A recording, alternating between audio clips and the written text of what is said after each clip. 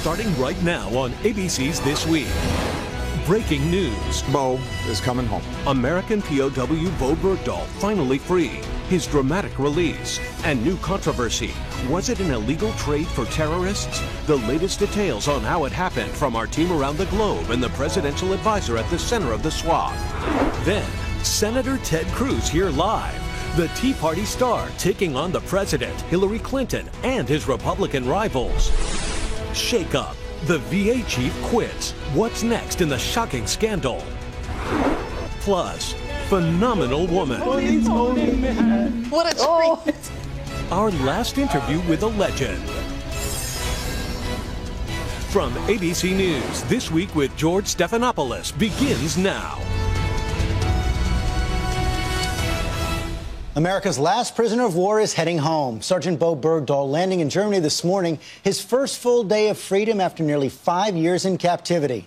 Lots of questions this morning about the secret deal that secured his release and the price America paid. We're going to get to those with the president's national security advisor, Susan Rice. First, all the latest details from ABC's chief global affairs correspondent, Martha Raddatz. Good morning, Martha. Good morning, George. Sergeant Bergdahl is being evaluated at the U.S. military hospital in Germany this morning before returning to American soil. The president making the stunning announcement of the release Saturday in an appearance in the Rose Garden with Bergdahl's parents. U.S. Special Operations Forces were involved in getting Bergdahl out of Afghanistan, but this was not a special operations raid. This was a prisoner swap. Bergdahl was exchanged for 5 Taliban detainees from Guantanamo. The Special Operations Forces picked up Bergdahl Saturday near the Pakistan border in a secret handover after negotiations through intermediaries with the Taliban. There were nearly 20 Taliban there to hand him over to the Special Ops teams. Bergdahl was taken out by helicopter. On that noisy ride, Bergdahl scrawling on a paper plate, SF with a question mark, meaning, are you special forces? Bergdahl broke down in tears when he was told yes, and that they had been looking for him for a long time, George. Back in Washington, Martha, a chorus of criticism from Republicans in Congress on the trade. They say it was a deal with terrorists, breaking policy. They also say the president may have broken the law. Yeah, top Republicans like Senator John McCain and House Intelligence Committee Chair Mike Rogers have both said they are thankful for Bergdahl's release. But take a look at this statement from Rogers. I am extremely troubled that the United States negotiated with terrorists. I believe this decision will threaten the lives of American soldiers for years to come.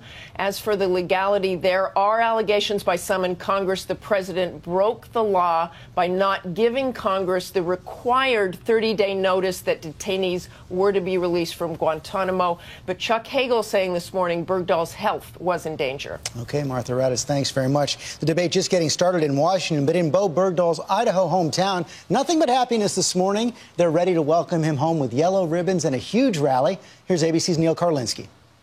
For 5 long years, Bo Bergdahl's parents have been waiting for this day to hear that their son was free from his Taliban captors, never imagining they'd be at the White House.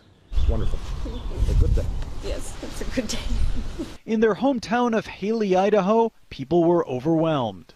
Today was just, I think everybody either burst into tears or couldn't get a silly grin off their faces. I didn't put makeup on for about 4 hours. I was crying with joy just for hours. I mean, it was just, it was such a relief. I'm afraid that I might never see them again. The only sign of Bergdahl has been in scarce video snippets of the then 23-year-old American soldier who went missing under mysterious circumstances in June of 2009.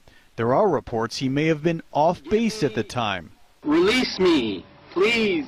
I'm begging you. Bring me home. The Bergdahls rarely appeared in public, but waged a relentless behind-the-scenes campaign to get Bo released, speaking at a rally last year. Bo, you are not forgotten. You are the reason all of us are here today.